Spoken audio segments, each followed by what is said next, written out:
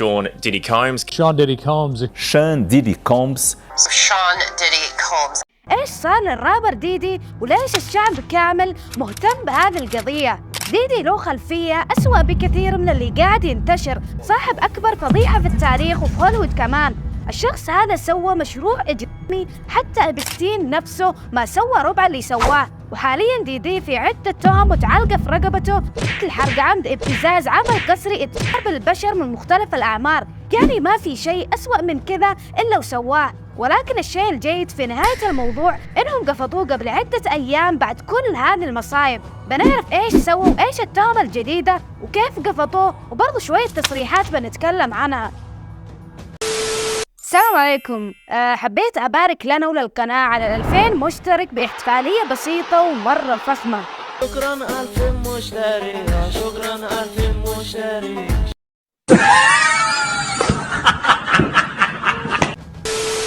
ديدي هذا الشخص جدا مشهور في عالم الموسيقى زي ما احنا عارفين رابر، والغريبة انه يعرف اكبر مشاهير العالم حرفيا، واكثر من هذا رؤساء مغنيين، ممثلين، رجال اعمال واعلاميين، وكمان الشرطة. يمكن لو دققت في حياتك يمكن يكون يعرفك. واي شخص في عالم الموسيقى اكيد عدى من عنده: مايكل جاكسون، جاستن بيبر، اريانا، بي جي، والاف المغنيين. طبعا بتقولوا ليش بنذكر هذه الاسماء؟ اوكي، بنجيلها حبة حبة لانه في شخصيات مهمة في الموضوع.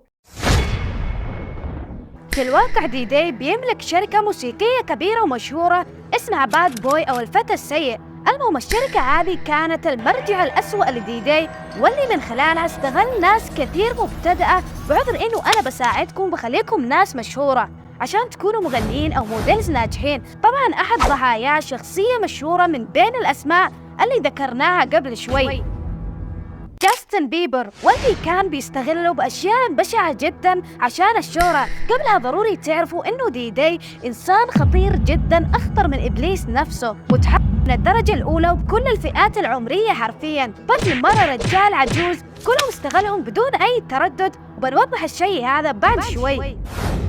قبل 30 سنة ديدي كان يسوي حفلات في بيوته، واللي كانت تحت اسم الحفلات البيضاء. طبعا الأزياء الرسمية زي الاسم بالضبط كلها بيضاء، وفي نفس الوقت ما كان يدعي على الحفلات هذه غير المشاهير والكبار والمغنيين والمغنيات، واللي ممكن تكون معجب أو فانز لأحد هذه الشخصيات. فبيجمع العينات هذه ويسوي حفلة لساعات طويلة ويوزع عليهم كحول ويضيف عليها نوع من عشان يخلي كل الموجودين ما يحسوا على حالهم أبداً. بعدين بيشغل الوضع الأسوأ في هذه النقطة، بيجيب قاص ويخليهم يسووا أشياء مخلة بالمشاهير، وطبعاً تحت عدسات الكاميرا.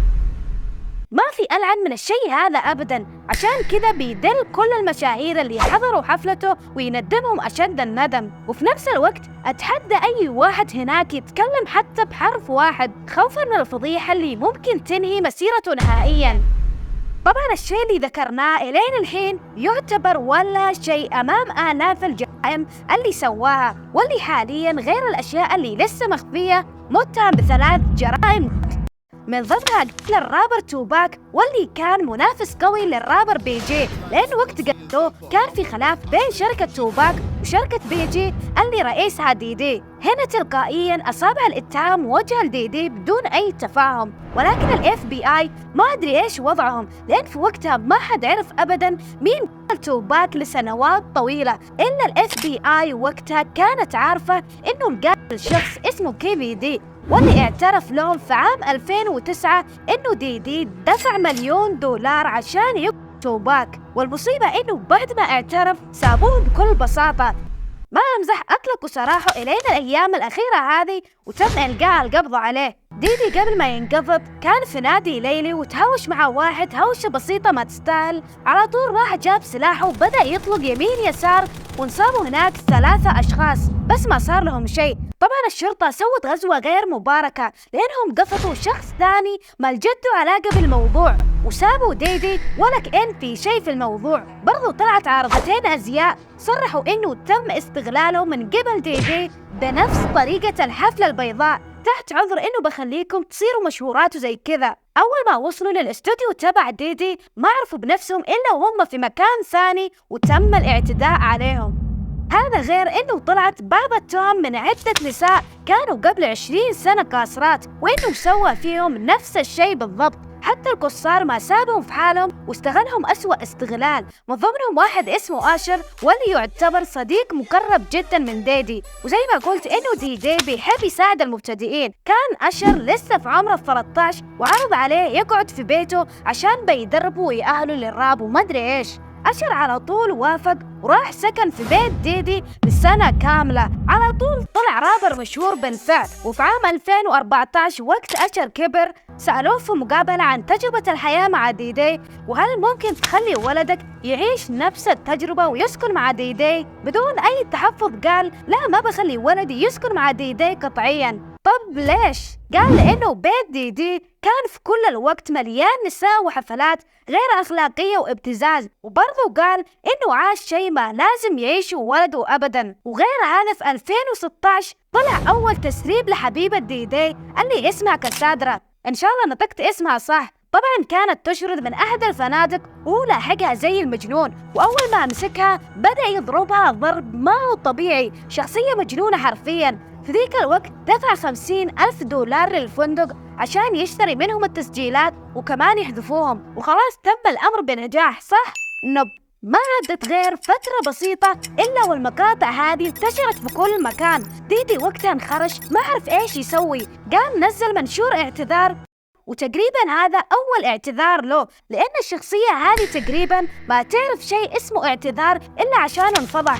المهم قال فيه إنه نادم جدا وبيحس بشعور مقزز تجاه نفسه وأسلوبه وأفعاله غير مبررة، عشان كذا خش مركز إعادة التأهيل وتلقى العلاج المناسب. مجنون صح؟ قال نفسه عشان يهرب من الفضيحة، وفعلا مشت عليهم الكذبة هذه. إلين نوفمبر 2023 نفس المدعي اللي هي كاساندرا حبيبته السابقة رفعت عليه قضية بتهمة إساءة معاملتها، لكن حصل شيء في نفس اليوم ما ندري إيش اللي صار، لأن في اليوم الثاني من القضية بالضبط تقفلت القضية مقابل شوية فلوس دفعها ديدي عشان تسكت، وخلاص تسكرت القضية. لكن حتى لو كنت جبل يا ديدي، النهاية دائما قريبة. في نفس الشهر رفعوا عشرات القضايا عليه. برضو بداية 2024 تم رفع قضية عليه من أحد منتجي الموسيقى اللي أنتج ألبوم قبل كذا لديدي، وطلب تعويض بمبلغ 30 مليون دولار لأنه حصل معاه نفس الأشياء السابقة بالضبط. كان عند ديدي وتم تخديره،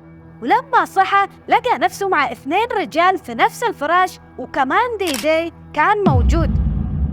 وما وقفت هنا، برضو قضية ورا قضية خلال ال6 الأشهر الأخيرة، وتراكمات من 20 سنة إلين الحين، أشياء مريبة ومخيفة ما حد قدر يتكلم عنها أبدا عشان السلطة والنفوذ اللي كانت عند ديدي في كل مكان. مارس 2024 تمت مداهمة بيت ديدي من FBI بمروحيات وأسلحة واحتياطات مكثفة، والشيء هذا بيدل على خطورة هذا الشخص والأشياء السيئة اللي سواها. وقفطوه وقتها أسلحة، جوالات، أجهزة كمبيوتر، كلها تمت مصادرتها. برضو لقوا أدلة وأشرطة تسجيل مقاطع مصورة بشعة جدا، أبشع حتى من الأشياء اللي سواها وصورها جيفري إبستين. وقعدوا يحققوا إلين 16 سبتمبر 2024 وتم إلقاء القبض على ديدي. الزبدة إنه من كثر الأدلة اللي عليه ما قدر يسوي شيء، حاول يطلع بكفالة بقيمة 50 مليون دولار ولكن ما قدر. محاميه برضو طلع يقول إنه والله ديدي بريء، وخير دليل إنه كان متعاون مع الشرطة لما قفطوه، وإنه الضحايا هذول شوية كذابين ومدري إيش. سبب غبي جدا يا شيخ، الأدلة كافية إنها تخليك في السجن 15 سنة كأقل تقدير أو سجن مدى الحياة. طبعا ديدي طلع يتوسل عشان يطلع لأن السجن مرة مخيف ومليان ديدان ومدري إيش. السجناء برضو بيكرهوه هنا وممكن يقتلوه، وقاعد يضرب عن الطعام بسبب إنه قاعدة تجيه هلاوس إنه في أحد بيسممه. والله شكل نهايته بتكون زي ما علينا. طبعا الأشياء اللي ذكرتها تعتبر شيء بسيط أمام الأشياء السيئة اللي صارت، وما ذكروها وأخفوها عشان أسباب، وبرضه عشان ما نطول في المقطع. وبس كان هذا مقطع اليوم، أتمنى يكون عجبكم. لا تنسى تسوي لايك للفيديو وتشترك وتفعل جرس التنبيهات، ومع السلامة.